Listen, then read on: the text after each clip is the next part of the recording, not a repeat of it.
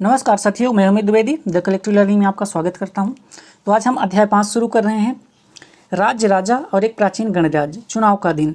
जब शंकरन उठा तो उसने देखा कि उसके नाना नानी वोट डालने जा रहे थे। दरअसल वे चुनाव केंद्र पर सबसे पहले पहुंचना चाहते थे। शंकरन जानना चाहता था कि आखिर वे इतने उत्साहित क्यों हैं। उसके नाना जी ने उसे जल्दी से समझाने की कोशिश की और कहा, आज हम अपने शासकों का चुनाव करने जा रहे हैं। तो शंकरन नाम का एक बच्चा होता है, वो सुबह जगता है तो क्या देखता है कि उसके अपने मामा के यहाँ रहता है, तो उसके नाना नानी क्या करने जा रहे होते हैं, वोट डालने जा रहे होते हैं। इसी के बारे में काफ़ी ज़्यादा उत्साहित होता है। कुछ लोग शासक कैसे बने। लगभग 50 वर्षों से हम अपने शासकों का चुनाव मतदान के जरिए करते आ रहे हैं, लेकिन बहुत पहले लोग शासक कैसे बना करते थे। हमने अध्याय 4 में यह पढ़ा था कि कुछ राजा संभवतः जन यानी लोगों के द्वारा चुने जाते थे, परंतु करीब 3000 साल पहले राजा बनने की इस प्रक्रिया में कुछ परिवर्तन दिखाई दिए। कुछ लोग बड़े बड़े यज्ञों को आयोजित कर राजा के रूप में प्रतिष्ठित हो गए। अश्वमेध यज्ञ एक ऐसा ही आयोजन था। इसमें एक घोड़े को राजा के लोगों की देखभाल में स्वतंत्र विचरण के लिए छोड़ दिया जाता था। इस घोड़े को किसी दूसरे राजा ने रोका तो उसे वहाँ अश्वमेध यज्ञ करने वाले राजा से लड़ाई करनी पड़ती थी।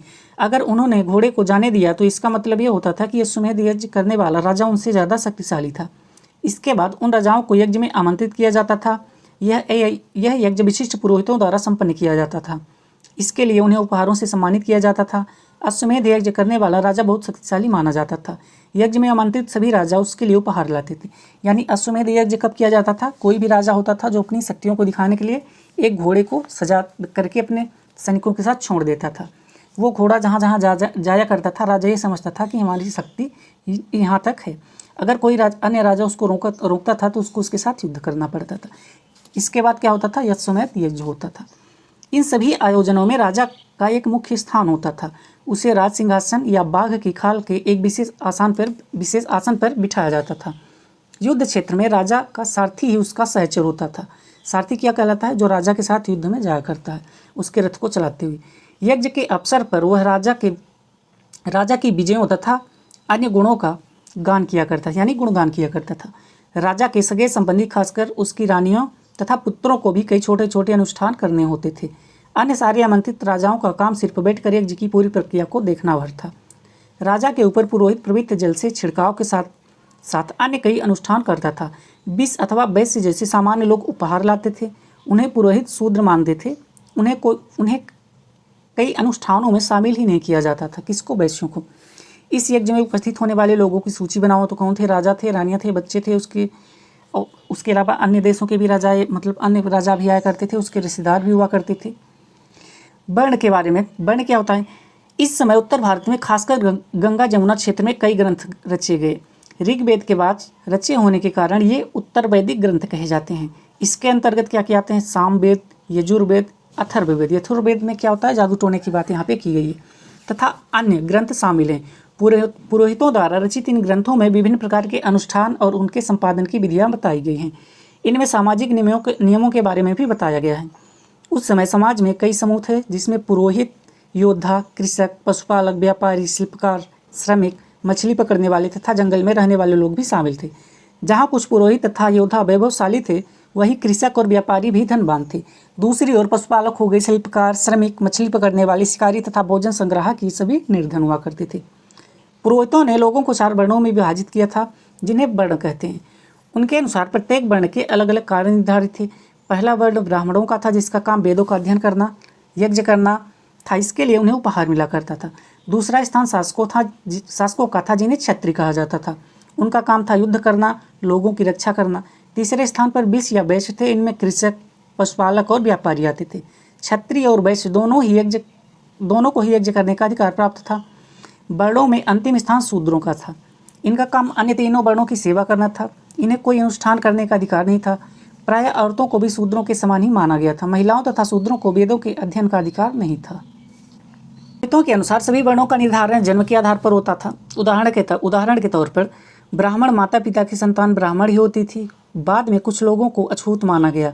अछूत वर्गों में कुछ शिल्पकार, शिकारी, भोजन संग्राहक शामिल हुआ करते थे। साथ ही इनमें वे लोग भी आते थे जो शवों को दफनाने या जलाने का काम किया करते थे। इन लोगों से संपर्क को अपवित्र माना जाने लगा। कई लोगों ने ब्राह्मणों द्वारा बनाई हुई इस वर्ण व्यवस्था को स्वीकार नहीं किया। कुछ राजा स्वयं को पुरोहितों से श्रेष्ठ मानते थे। कुछ लोग जन्म के आधार पर वर्ण निर्धारण सही नहीं मानते थे। इसके अतिरिक्त कुछ लोग व्यवसाय के आधार पर लोगों के बीच भेदभाव उचित नहीं समझते थे, जबकि कुछ लोग चाहते थे कि अनुष्ठान संपन्न करने का अधिकार सबका हो। कई लोगों ने छुआछूत की आलोचना की। इस उपमहाद्वीप के पूर्वोत्तर क्षेत्र जैसे कई इलाकों में सामाजिक आर्थिक असमानता बहुत कम थी, जहाँ पुरोहितों का प्रभाव भी बहुत सीमित हुआ करता था। चित्रित धूसर पात्र यहाँ पे दिखाया गया। इस तरह के पात्रों में ज़्यादातर थालियाँ और कटोरियाँ ही मिली हैं। ये पात्र बहुत ही पतली सतह के, सुंदर और चिकने हैं। शायद इनका प्रयोग खास मौक़ों पर महत्वपूर्ण लोगों को भोजन परोसने के लिए किया जाता रहा होगा। यहाँ पे आप देख सकते हैं पात्र। जनपद। महायज्ञों को करने वाले राजा अब जन के राजा ना होकर जनपदों के राजा माने जाने लगे। जनपद का शाब्दिक अर्थ है जन के बसने का जगह होता है। कुछ महत्वपूर्ण जनपद पृष्ठ 4 पे दिखाए गए हैं। पुरातत्वविदों ने इन जनपदों की कई बस्तियों की खुदाई की। दिल्ली के पास पुराना किला, उत्तर प्रदेश में मेरठ के पास हस्तिनापुर और एटा के पास अतरंजी खेड़ा इनमें प्रमुख है। खुदाई से पता चला है कि लोग झोपड़ियों में रहते थे और मवेशियों तथा अन्य जानवरों को पालते थे। वे चावल, गेहूँ, धान, जौ, दालें, गन्ना, तिल तथा सरसों जैसी फसलें उगाते थे। लोग मिट्टी के बर्तन भी बनाते थे। उनमें कुछ धूसर और लाल रंग के होते थे। इन पुरास्थलों में कुछ विशेष प्रकार के बर्तन मिले हैं जिन्हें चित्रित धूसर पात्र के नाम से जाना जाता है। जैसा कि इसके नाम से स्पष्ट है, इन बर्तनों पर चित्रकारी की गई है। ये आमतौर पर सरल रेखाओं तथा ज्यामितीय आकृतियों के रूप में बने हुए हैं। यहाँ पे आप ये देख सकते हैं। महाजनपद। करीब 2500 साल पहले कुछ जनपद अधिक महत्वपूर्ण हो गए। इन्हें महाजनपद कहा जाने लगा, यानी जनपदों से आगे चलकर महाजनपद बने। यहाँ मानचित्र 4 में कुछ महाजनपदों के बारे में दिखाया गया है। अधिकतर महाजनपदों की एक राजधानी होती थी। कई राजधानियों में किलेबंदी की गई थी, अर्थात इनके चारों ओर लकड़ी, ईंट या पत्थर की ऊंची दीवारें बनाई गई थी। ऐसा लगता है कि लोगों ने अन्य राजाओं के आक्रमण से डरकर अपनी सुरक्षा के लिए इन किलों का निर्माण किया था। कुछ राजा अपनी राजधानी के चारों ओर विशाल, ऊंची और प्रभावशाली दीवार खड़ी कर अपनी समृद्धि। तो यहाँ पे आप देख सकते हैं इस मैप में कुछ जनपद और महाजनपदों के बारे में दिया गया है। जैसे यहाँ पे आप देख सकते हैं सबसे महत्वपूर्ण जनपद कौन सा, मगध। यहाँ पे आप देख सकते हैं अंग है, बज्जी है, वैशाली है, कौशल हो गया, हस्तिनापुर हो गया, कौसंबी हो गया, राजगिरी हो गया, अवंती हो गया।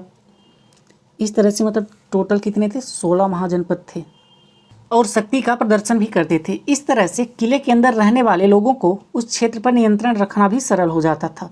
इस तरह की विशाल दीवार बनाने के लिए व्यापक योजना की आवश्यकता थी और लाखों की संख्या में ईंटों तथा पत्थरों का इंतजाम करना पड़ता था।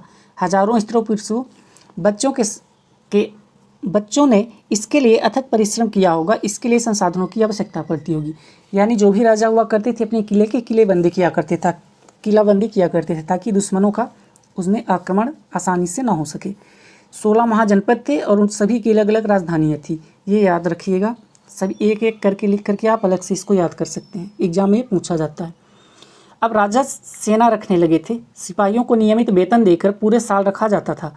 कुछ भुगतान संभवतः आहत सिक्के क्या होते हैं, जिनके ऊपर ठप्पा लगाकर उसको बनाया जाता था, के रूप में होता था। इन सिक्कों के बारे में अध्याय 8 में पढ़ने के लिए मिलेगा। महाजनपदों के राजा ऋग्वेद में उल्लिखित राजाओं से किस प्रकार भिन्न थे। ऋग्वेद के राजाओं के पास ना तो सेनाएं थी, ना ही वो महलों में रहा करते थे। महाजनपदों के राजा क्या थे, इनकी राजधानियां हुआ करती थी, बड़े बड़े महल हुआ करते थे और इसकी किलेबंदी किया करते थे। कौसंबी किले की दीवार, यह चित्र आधुनिक उत्तर प्रदेश के इलाहाबाद के पास मिली ईंट की दीवार का अवशेष है। इसके एक भाग का निर्माण संभवतः 25 साल पहले हुआ था। यहाँ पे आप ये देख सकते हैं कि किले की ये दीवार है जो कि ईंटों से इसकी चिनाई की गई है, बनाया गया है। कर। महाजनपदों के राजा विशाल किले बनवाते थे और बड़ी सेना रखते थे, इसलिए उन्हें प्रचुर संसाधनों की आवश्यकता होती थी। इसके लिए उन्हें कर्मचारियों की भी आवश्यकता होती थी। अतः महाजनपदों के राजा लोगों द्वारा समय समय पर लाए गए उपहारों पर निर्भर न रहकर अब नियमित रूप से कर वसूलने लगे थे, जबकि ऋग्वैदिक काल में क्या होता था, कर की वसूली नहीं की जाती थी। फसलों पर लगाए गए कर सबसे महत्वपूर्ण थे क्योंकि अधिकांश लोग कृषक ही थे। प्रायः उपज का 1/6 1/6 हिस्सा लिया जाता था कर के रूप में, जिसे भाग कहा जाता था। इस हिस्से को क्या कहा जाता था, भाग कहा जाता था। कारीगरों के ऊपर भी कर लगाए गए जो प्रायः श्रम के रूप में चुकाए जाते थे, जैसे कि एक बुनकर, लोहार या सुनार को राजा के लिए महीने में 1 दिन काम करना पड़ता था। पशुपालकों को जानवरों या उनके उत्पादों के रूप में कर देना पड़ता था, यानी पशुओं से जो भी उत्पाद उन्हें दूध वगैरह मिल रहा है उसी को ले जा करके वो राजा को दे दिया करते थे। व्यापारियों को सामान खरीदने बेचने के लिए भी कर देना पड़ता था। आखेटकों तथा संग्राहकों को जंगल से प्राप्त वस्तुएं देनी पड़ती थी।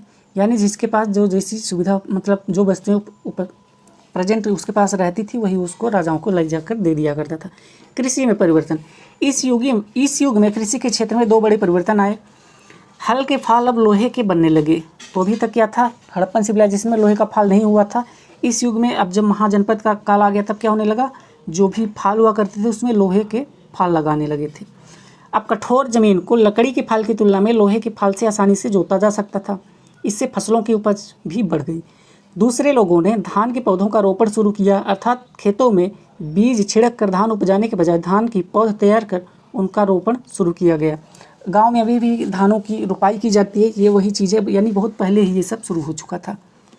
अब पहले की तुलना में बहुत ज़्यादा पौधे जीवित रह जाते थे, इसलिए पैदावार भी ज़्यादा होने लगी।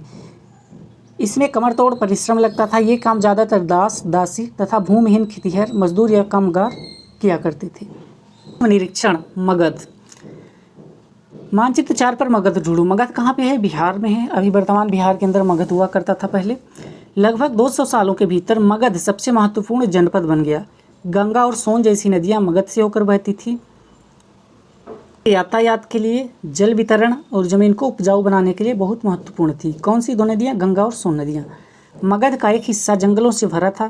इन जंगलों में रहने वाले हाथियों को पकड़कर उन्हें प्रशिक्षित कर सेना के काम में लगाया करते थे। यानी सबसे पहले हाथियों का उपयोग कहाँ किया गया था? तो मगध साम्राज्य में किया गया था। यही नहीं, जंगलों से घर, गाड़ियों तथा रथ बनाने के लिए लकड़ी मिला करती थी। इसके अलावा क्षेत्र में लोहे की अयस्क की खदानें हैं। मजबूत औजार और हथियार बनाने के लिए ये बहुत उपयोगी थे। मगध में 2 बहुत ही शक्तिशाली शासक बिंबिसार तथा अजातशत्रु हुए। अन्य जनपदों को जीतने के लिए ये हर संभव साधन अपनाते थे। महापद्मनंद एक और महत्वपूर्ण शासक थे। उन्होंने अपने नियंत्रण का क्षेत्र इस उपमहाद्वीप के उत्तर पश्चिमी भाग तक फैला दिया था। बिहार में राजगृह, जिसको वर्तमान में राजगीर बोला जाता है, कई सालों तक मगध की राजधानी बनी रहा। बाद में पाटलिपुत्र यानी आज का पटना को राजधानी बना दिया गया। यानी मगध की पहली राजधानी क्या थी? राजगीर थी, राजगिरी। उसके बाद उसको पाटलिपुत्र में स्थानांतरित कर दिया जाता है। 2300 साल से भी पहले की बात है। मेसिडोनिया का राजा सिकंदर विश्व विजय करना चाहता था। पूरी तरह सफल ना होने पर भी वह मिस्र और पश्चिमी एशिया के कुछ राज्यों को जीतता हुआ भारतीय उपमहाद्वीप में ब्यास नदी के किनारे तक पहुंच गया। जब उसने मगध की ओर कूच करना चाहा तो उसके सिपाहियों ने इनकार कर दिया। वे इस बात से भयभीत थे कि भारत के शासकों के पास पैदल, रथ और हाथियों की बहुत बड़ी सेना थी। यहाँ से ये पता चलता है कि मगध साम्राज्य कितना विशाल हुआ करता था कि जो सिकंदर था वो भारत पे आक्रमण तो करना चाहता था, लेकिन मगध के बारे में इतना सब कुछ सुन करके उसके सैनिकों ने यहाँ आने से ही इनकार कर दिया, क्योंकि उस समय मगध इतना मजबूत राज्य हुआ करता था, साम्राज्य हुआ करता था। बज्जी, जैसा कि ऊपर पढ़ा, मगध एक शक्तिशाली राज्य बन गया था। उसके नज़दीक ही बज्जी राज्य था, जिसकी राजधानी वैशाली यानी बिहार थी। यहाँ एक अलग किस्म की शासन व्यवस्था थी जिसे गण या संघ कहते थे। गण क्या है? गण शब्द का प्रयोग कई सदस्यों वाले समूह के लिए किया जाता था। और संघ क्या है? संघ अर्थात संगठन या सभा से होता है।